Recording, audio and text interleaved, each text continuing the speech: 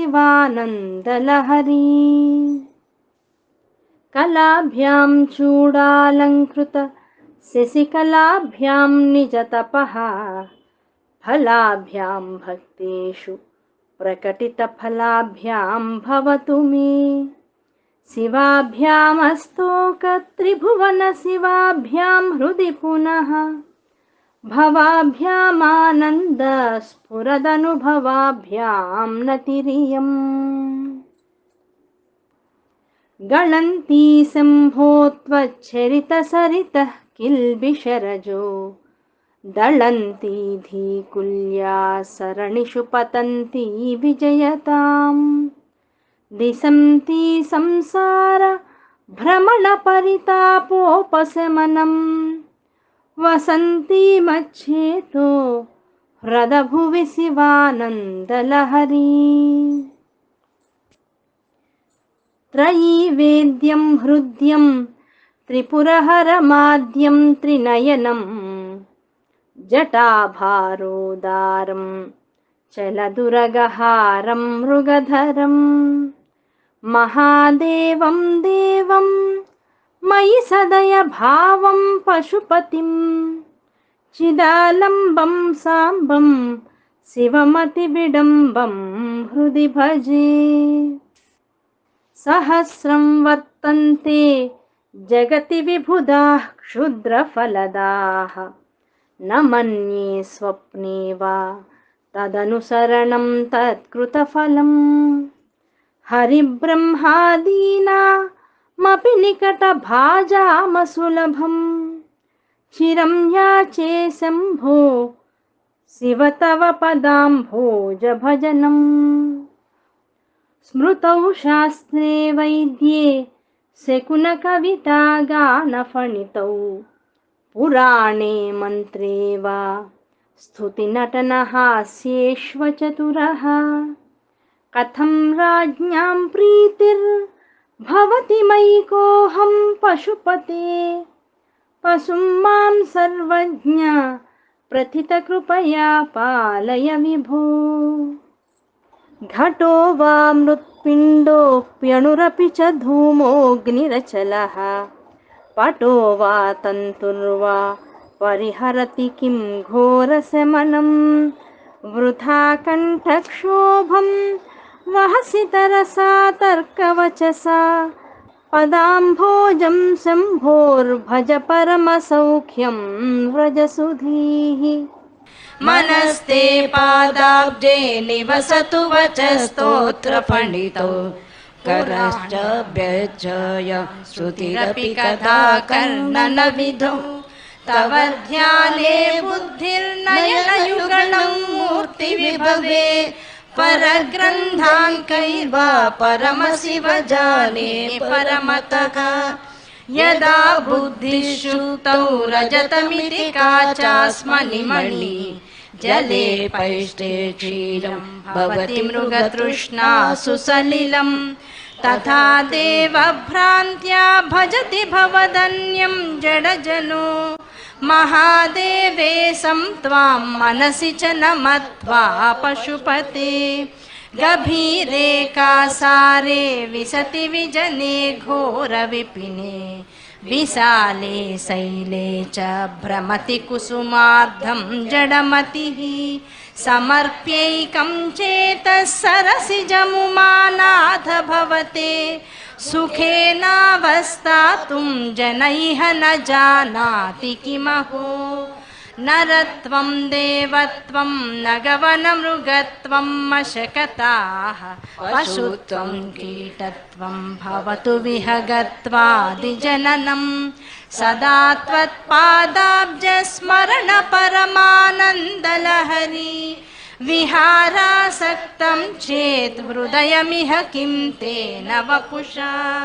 वटुर्वागेहे वा यतिरपि जटी वा तदितरो नरो वा यः कश्चिद् भवतु भव किं तेन भवति। यदीयं हृत्पद्मं यदि भवदधीनं पशुपते यदीयस्त्वं शम्भो भवसि भवभारं च वहसि।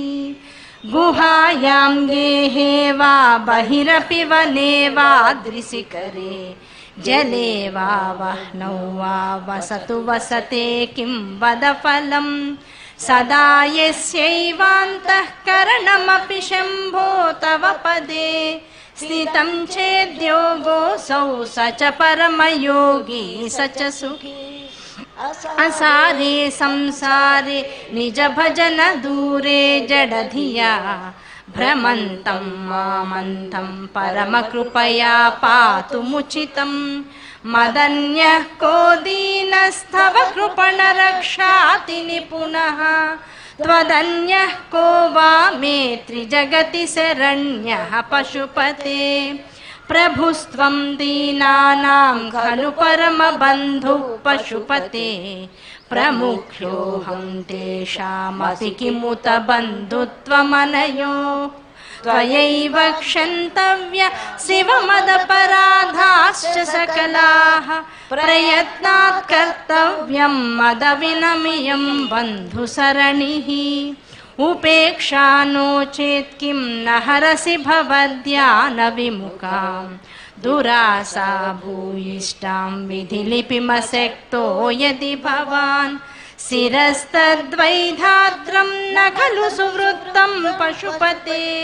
कथं वा निर्यत्नं करनखमुखेनैव लुलितं विरिञ्चिर्दीर्घायुर्भवतु भवता तत्परशिरा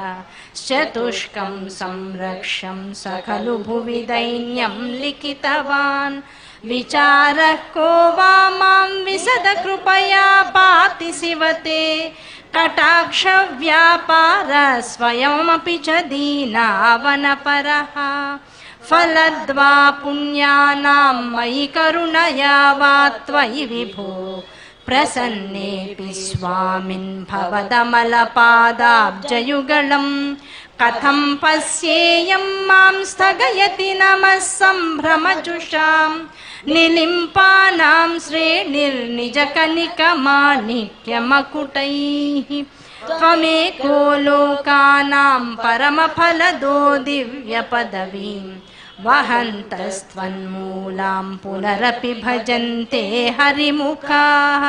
कियद्वा दाक्षिण्यं तव शिवमदासा च कियति कदा वा मद्रक्षां वहसि करुणापूरितदृशा दुरासा भूयिष्ठे दुरधिपगृहद्वारघटके दुरन्ते संसारे दुरितनिलये दुःखजनके मदायासं किं न व्यपनयसि कस्योपकृतये वदेयं प्रीतिश्चेत् तव शिवकृतार्थाः खलु वयं सदा मोहाटव्यां चरति युवतीनां कुचगिरौ नटत्याशा शाखा स्वटति झटति स्वैरमभितः कपालिन् भिक्षो मे हृदय कपिमत्यन्तचपलं दृढं भक्त्वा शिव भवदधीनं कुरु विभो धृतिस्तम्भाधारां दृढगुणनिबद्धां सगमनां विचित्रां पद्माढ्यां प्रतिदिवस सन्मार्गघटितां स्मरारे मच्छेतस्फुटपटकुटीं प्राप्य विसदां स्वामिन् शक्त्या सह शिवगणैः सेवित विभो प्रलोभाद्यैरर्धा हरणपरतन्त्रो धनिगृहे प्रवेशोद्युक्तः सन् भ्रमति बधुना तस्करपते इमं चेतश्चोरं कथमिह सहे शङ्कर विभो तवाधीनं कृत्वा मयि निरपराधे कुरु कृपाम् करोमि त्वत्पूजां सपदि सुखदो मे भव विभो विधित्वं विष्णुत्वं दिशसि खलु तस्याः फलमिति च त्वां द्रष्टुं दिवि भुवि वहन् पक्षिमृगतान् मदृष्ट्वा तत्तेदं कथमिह सहे शङ्कर विभो कदा वा कैलासे कनकमणिसौधे सह गणैः वसन् शम्भोरग्रे स्फुटघटितमूर्धाञ्जलिपुटः विभो साम्ब स्वामिन् परमशिव पाहीति निगदन् विधातॄणान् कल्पान् क्षणमिव विनेष्यामि सुखतः स्तवैर्ब्रह्मादीनां जय जय वचोभिर्नियमिनां गणानां केळीभिर्मदकलमहोक्षस्य ककुदी स्थितं नीलग्रीवं त्रिनयनमुमाश्लिष्टवपुषं कदा त्वां पश्येयं करधृतमृगं खण्डपरशुं कदा वा त्वां दृष्ट्या गिरिशतव भव्याङ्घ्रियुगलं गृहीत्वा हस्ताभ्यां शिरसि नयने वक्षसि वहन् समाश्लिष्याघ्राय स्फुटजलजगन्धान् परिमलान्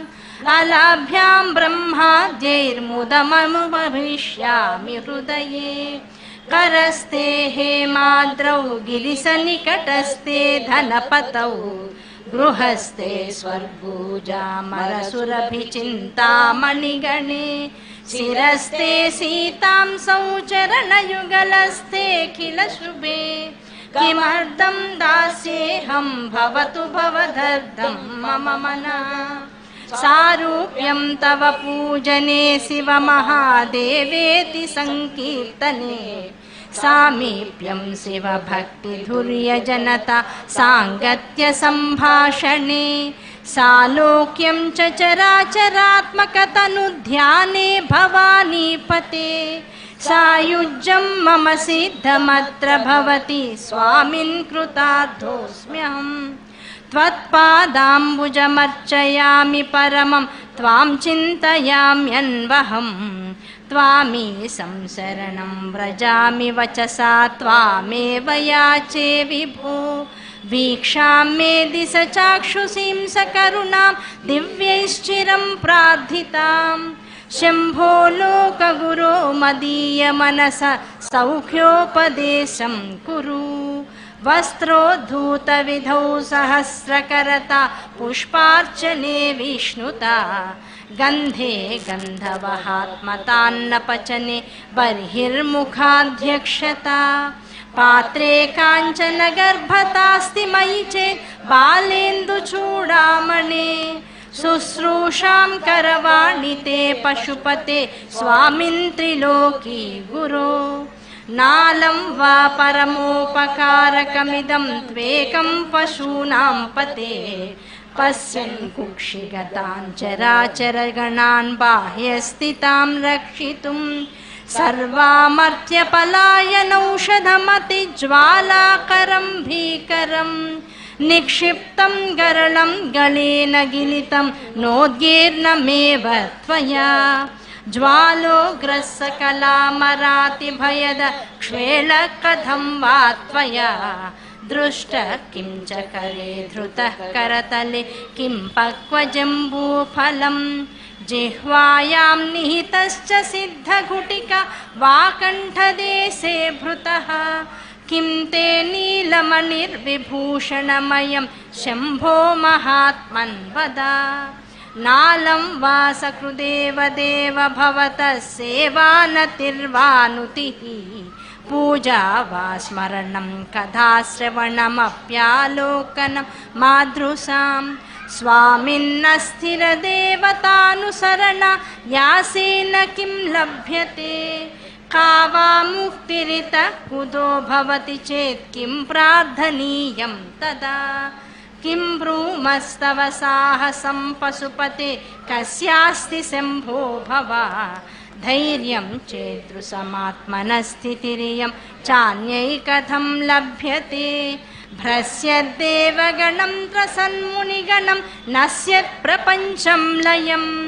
पश्यन्न स्थिर एक एव विहरत्यानन्दसान्द्रो भवान् योगक्षेमधुरन्धरस्य सकल श्रेयप्रदोद्योगिनो दृष्टा दृष्टमतोपदेशकृतिनो बाह्यान्तरव्यापिनः सर्वज्ञस्य दयाकरस्य भवतः किं वेदितव्यं मया शम्भो त्वं परमान्तरङ्ग इति मे चित्ते स्मराम्यन्वहम् भक्तो भक्तिगुणावृते मुदमृता पूर्णे प्रसन्ने मनः कुम्भे साम्बतवाङ्घ्रिपल्लवयुगं संस्थाप्य संवित्फलम् सत्वं मन्त्रमुदीरयन् निजशरीरागारशुद्धिं वहन् पुण्याहं प्रकटीकरोमि रुचिरं कल्याणमापादयन् आम्नायां बुधिमादरेण सुमनः सङ्घासमुद्यन्मनो मन्थानं दृढभक्तिरज्जुसहितं कृत्वा मथित्वा ततः सोमं कल्पतरुं सुपर्वसुरभिं चिन्तामणिं धीमतां नित्यानन्दसुधां निरन्तररमा सौभाग्यमातन्वते प्राक्पुण्याचलमार्गदर्शितसुधा मूर्तिप्रसन्नः शिवः सोमः सद्गुणसेवितो मृगधर पूर्णस्तमो मोचकः चेतः पुष्करलक्षितो भवति चेदानन्दपादो निधिः प्रागर्भ्येन विजृम्भते सुमनसा वृत्तिस्तथा जायते धर्मो मे चतुरङ्घ्रिकः सुचरित पापं विनाशं गतम् कामक्रोधमदादयो विगलिता कालाः सुखाविष्कृताः ज्ञानानन्त्यमहौषधिः सुफलिता कैवल्यनाथे सदा मान्ये मानसपुण्डरीकनगरे राजावतंसे स्थिते धीयन्त्रेण वचो घटेन कविता कुल्योपकुल्याक्रमैः रानीतैश्च सदा शिवस्य चरिताम्भोरासि दिव्यामृतैः हृत्केदारयुताश्च भक्तिकलमा साफल्यमातन्वते दुर्भिक्षान् मम सेवकस्य भगवन् विश्वेशभीतिः कुतः पापोत्पातविमोचनाय रुचिरैश्वर्याय मृत्युञ्जय स्तोत्रध्याननति प्रदक्षिण सपर्यालोकनाकर्णने जिह्वा चित्तशिरोङ्घ्रिहस्तनयन श्रोत्रैरहं प्रार्थितो मामाज्ञापय तन्निरूपय मुहुर्मामेव मामेव चः गाम्भीर्यं कवरिकापदं घनधृति प्राकार उद्यद्गुण सोमश्चाप्तबलं घनेन्द्रियचयो द्वाराणि देहस्थितः विद्यावस्तु समृद्धिरित्यखिल सामग्री समेते सदा दुर्गातिप्रियदेव मामकमनो दुर्गे निवासं कुरु स्वमितस्तधो गिरिसभो मय्येव वासं कुरु स्वामिन्नादिकिरातमामकमनः कान्तारसीमान्तरे वर्तन्ते बहुसो मृगा मदजुषो मात्सर्यमोहादया स्थान् हत्वा मृगया विनोदरुचिता लाभं च सम्प्राप्स्यसि करलग्नमृगः करीन्द्रभङ्गो घनशार्दूलविखण्डनोस्तजन्तुः गिरिशो विशदाकृतिश्च चेतः कुहरे पञ्चमुखोऽस्ति मे कुतोभिः छन्दश्शाखिशिखान्वितैर्द्विजवरैः संसेविते शाश्वते सौख्यापादिनि खेदभेदिनि सुधा सारैः फलैर्दीपिते चेतः पक्षिशिखामणिर्जवृधा सञ्चारमन्यैरलम् नित्यं शङ्करपादपद्मयुगळि नीडे विहारं कुरु आकीर्णे नखराजिकान्तिविभवैरुद्यत्सुधा वैभवैः राधौ तेऽपि च पद्मरागललिते हंसव्रजैराश्रिते नित्यं भक्तिवधूगणैश्च रहसि स्वेच्छाविहारं कुरु स्थित्वा मानसराजहंसगिरिचा नादाङ्घ्रिसौधान्तरे शम्भुध्यानवसङ्गसङ्गिनि हृदा रामेघजीर्णच्छदा स्रस्ता भक्तिलता छटा विलसिता पुण्यप्रवाळाश्रिताः दीप्यन्ते गुणकोरकाजपवच पुष्पाणि सद्वासना ज्ञानानन्दसुधामरन्दलहरी संवित्फलाभ्युन्नतिः नित्यानन्दरसालयं सुरमुनि स्वान्ताम्बुजाताश्रयं स्वच्छं सद्विजसेवितं कलुषहृत्सद्वासनाविष्कृतं शम्भुध्यानसरोवरं व्रजमनो हंसावतंसस्थिरम् किं क्षुद्राश्रयपल्वलभ्रमण सञ्जातश्रमं प्राप्स्यसि आनन्दामृतपूरिता हरपदां भोजालवालोद्यता स्थैर्योपघ्नमुपेत्य भक्तिलतिका शाखोपशाखान्विता उच्चैर्मानसकायमानपटलीमाक्रम्य निष्कल्मषा नित्याभीष्टफलप्रदा भवतु मे सत्कर्म संवर्धिता सन्ध्यारम्भ विजृम्भितं श्रुतिशिर स्थानान्तराधिष्ठितं सप्रेम भ्रमराधिराममसकृत्सद्वासनाशोभितं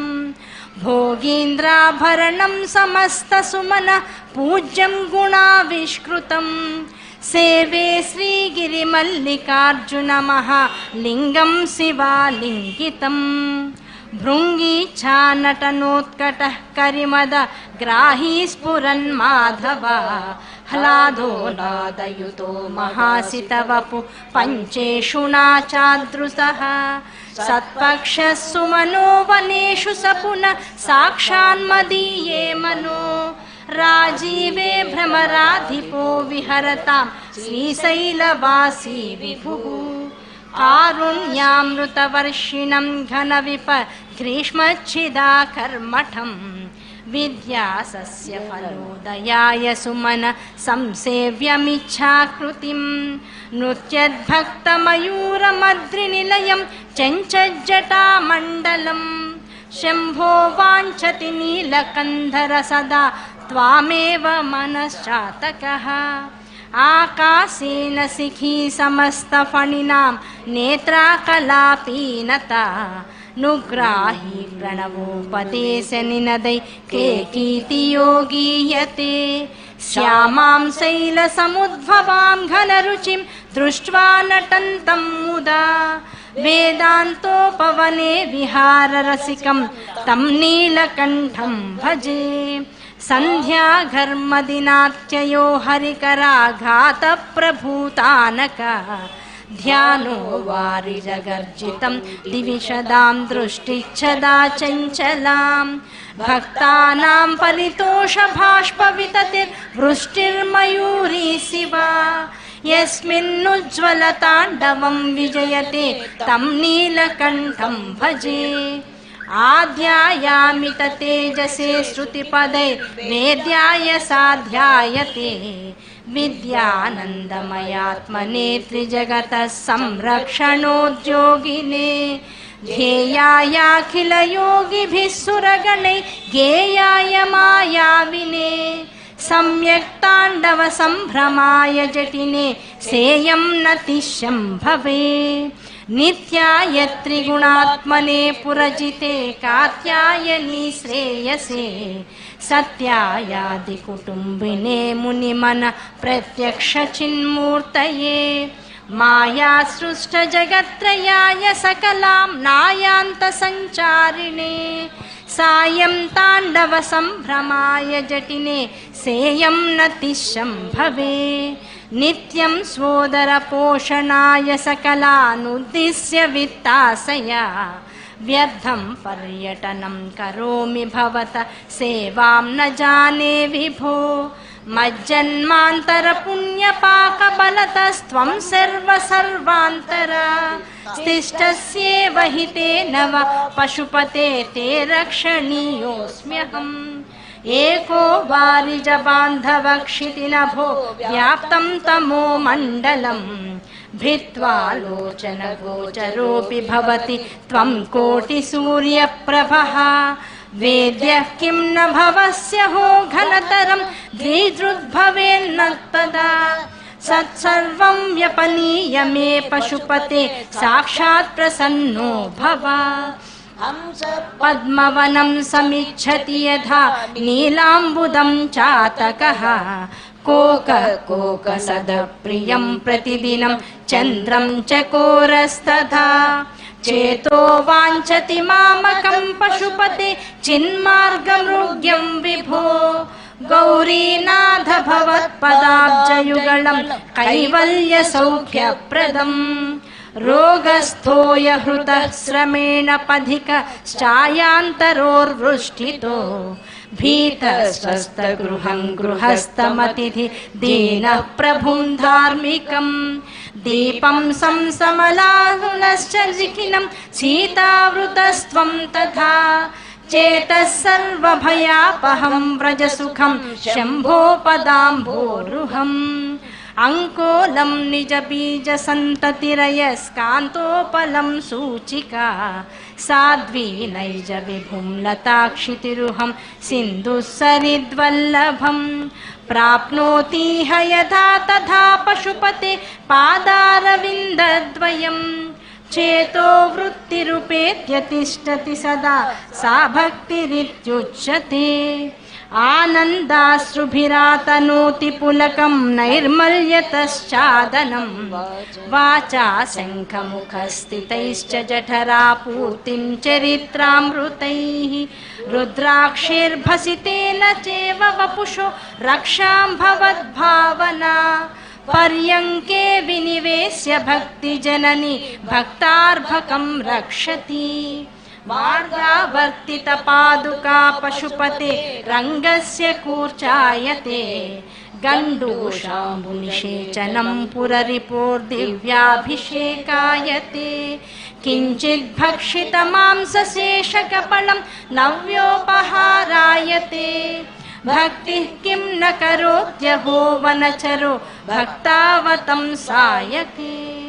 वक्षस्थाडनमन्तकस्य कठिनापस्मारसंवर्धनं भूभृत्पर्यटनं नमः सुरसिर कोटीरसङ्घर्षणं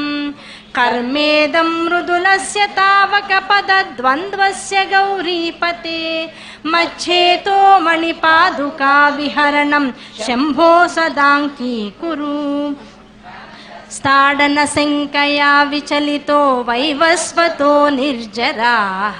कोटिरोज्ज्वलरत्नदीपकलिका नीराजनं कुर्वते दृष्ट्वा मुक्तिवधूस्तनोति निभृता श्लेषं भवानीपते यच्छेतस्तव पादपद्मभजनं तस्येह किं दुर्लभम् क्रीडार्थं सृजति प्रपञ्चमखिलं क्रीडामृगास्ते जनाः यत्कर्माचरितं मया च भवतः प्रीत्यै भवत्येव तत् शम्भो स्वस्य कुतूहलस्य करणं मच्चेष्टितं निश्चितं तस्मान्नामकरक्षकं पशुपते कर्तव्यमेव त्वया बहुविध परितोष भाष्पपूरा स्फुटपुलकाङ्कित चारुभोग भूमिं चिरपदफलकाङ्क्षि सेव्यमानां परमपदा शिव भावनां प्रपद्ये अमितमुदमृतं मुहुर्दुहन्तीं विमलभवत्पदगोष्ठमावसन्तीं सदय पशुपते सुपुण्यपाकां मम परिपालय भक्तुधेनुमेकां जडता पशुता कलङ्किता कुटिलचरत्वं च नास्ति मयि देव अस्ति यदि राजमौळे भवदाभरणस्य कास्मि किं पात्रम् अहरसि रहसि स्वतन्त्र्य बुद्ध्या परिवसितुं सुलभ प्रसन्नमूर्तिः अगणित फलदायक प्रभुर्मे जगदधिको हृदि राजशेखरोऽस्ति आरूढभक्तिगुणकुञ्चितभावचापा यक्तैः शिवस्मरणबाणगणैरमोघैः निर्जित्य किल्बिषपून् विजयी धुरीन्द्र सानन्दमावहति सुस्थिरराज्यलक्ष्मीं ध्यानाञ्जनेन समवेक्ष्य तमः प्रदेशं भित्त्वा महाबलिभिरीश्वरनाममन्त्रैः दिव्याश्रितं भुजगभूषणमुद्वहन्ति ये पादपद्ममिह ते शिव ते कृतार्थाः भूदारता मुदा वहद्यद प्रेक्षया श्री भूदार एव किमतः सुमते लभस्व केदारमाकलितमुक्तिमहौषधीनां पादारविन्दभजनं परमेश्वरस्य आशापाशक्लेशदूर्वासनादि भेदोद्युक्तैः दिव्यगन्धैरमन्दैः आशासाटीकस्य पादारविन्दं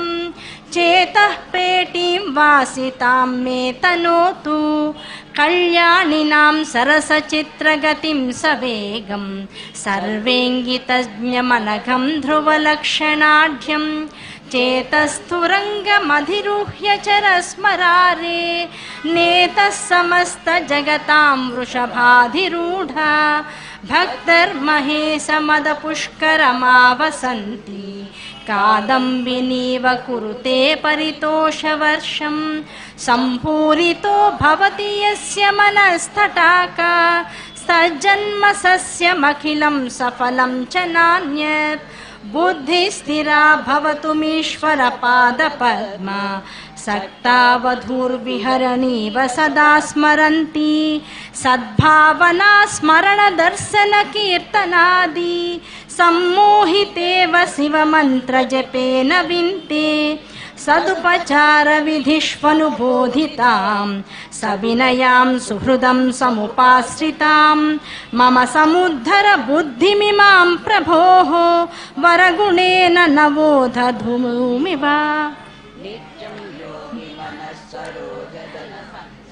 नित्यं योगी मनः सरोजदल संचारक्षमस्वत्क्रमा शम्भो तेन कथं कठोरयमराड्वक्षकवाटक्षतिः अत्यन्तं मृदुलं त्वदङ्घ्रियुगलं हा मे मनश्चिन्तया त्वेतल्लोचनगोचरं कुरु विभो हस्तेन संवाहये एषत्येष जनिं मनोस्य कठिनं तस्मिन्नटानीतिमा द्रक्षायै गिरिसीं निकोमलपदन्यासपुराभ्यासितः नो चेद्दिव्यगृहान्तरेषु सुमन स्थल्पेषु वेद्यादिषु प्रायः सत्सुशिलातलेषु नटनं शम्भो किमर्थं तव कञ्चित् कालमुमामहेश भवत पादारविन्दार्चनैः कञ्चित् ध्यानसमाधिभिश्च नतिभिः कञ्चित् कथाकर्णनैः कञ्चिदवेक्षणैश्च नुतिभिः कञ्चित् दशामीदृशीं यः प्राप्नोति मुदा त्वदर्पितमना जीवः स मुक्तः खलु बाणत्वं वृषभत्वमर्धवपुषा भार्यात्वमार्यापते घोणित्वं सखिता मृदङ्गवहता चेत्यादिरूपं ददौ त्वत्पादे नयनार्पणं च कृतवांस्त्वद्देहभागो हरिः पूज्यात् पूज्यतरः स एव हि न चेत् को वा तदन्योऽधिकः जनन मृत्युयुतानां सेवया देवतानां न भवति सुखलेशः संशयो नास्ति तत्र अजनिममृतरूपं साम्बमीशं भजन्ते यैह परमसौख्यं ते हि धन्या लभन्ते शिव तव परिचर्या सन्निधानाय गौर्या भव मम गुणधुर्यां बुद्धिकन्यां प्रदास्ये सकलभुवनबन्धो सच्चिदानन्द सिन्धो सदय हृदय गेहे सर्वदा संवसत्वम् जलधि मदन दक्षो नैव पातालभेदी न च वनमृगयायां नैव लुब्धप्रवीणः असनकुसुमभूषा वस्त्रमुख्यां सपर्यां कथय कथमहं ते कल्पनीयमिन्दुमौळे पूजा द्रव्य समृद्धयो विरचिता पूजां कथं कुर्महे पक्षित्वं न च वाकिटित्वमपि न प्राप्तं मया दुर्लभं जाने मस्तकमङ्घ्रिपल्लवमुमा जाने न तेऽहं विभो न ज्ञानं हि सीता महेन हरिणा तत्त्वेन सद्रूपिणा असलं गरलं फणीकलापो वसनं चर्म च वाहनं महोक्षः मम दास्यसि किं किमस्ति शम्भो तव पादाम्बुजभक्तिमेव देहि यदा कृताम्भोनिधि सेतुबन्धनः करस्थलाधकृतपर्वताधिपः भवानि ते लङ्घितपद्मसम्भवस्तदा शिवार्चास्तव भावनक्षमः नतिभिर्नुतिभिस्त्वमीश पूजा विधिभिर्वा न समाधिभिर्न तुष्टः धनुषा मुसलेन चास्मभिर्वा वदते प्रीतिकरं तथा करोमि वचसा चरितं वदामि शम्भो रहमुद्योगविभासुते प्रसक्तः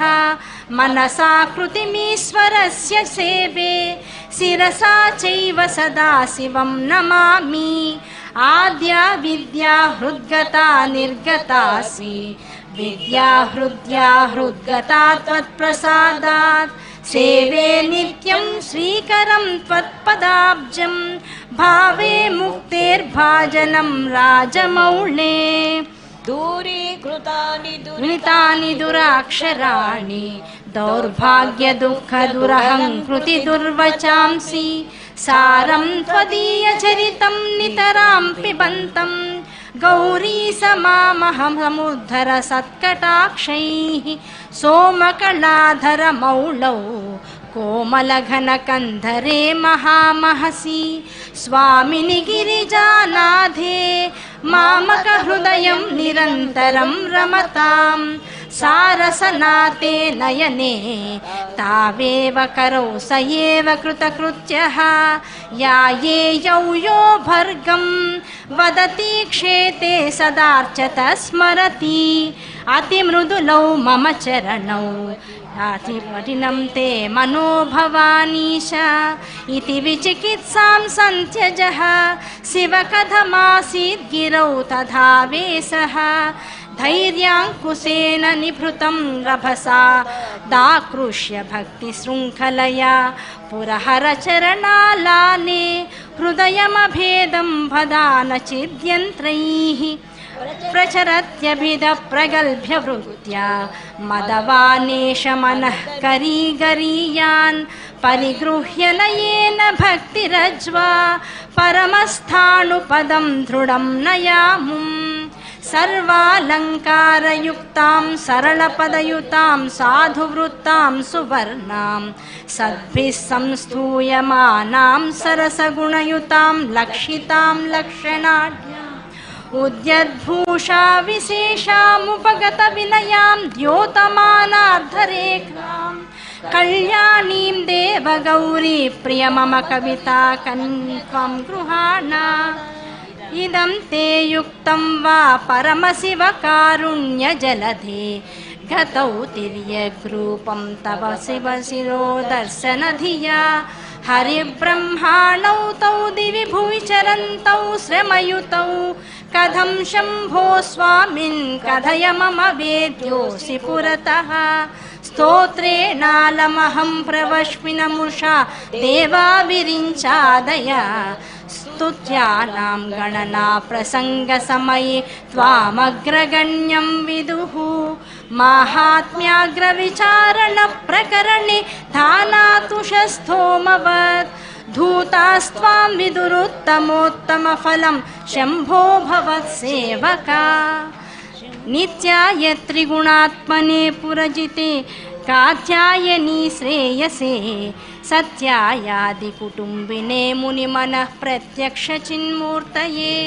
मायासृष्टजगत्त्रयाय सकलां नायान्तसञ्चारिणे सायं ताण्डवसम्भ्रमाय जटिने सेयं नतिशं भवे दृशाद्राघीयस्यादरदलितनीलोत्पलरुचा दवीयां संदीनं स्नपय कृपया मामपि शिवे अनेनायं धन्यो भवति न च ते हानिर्यता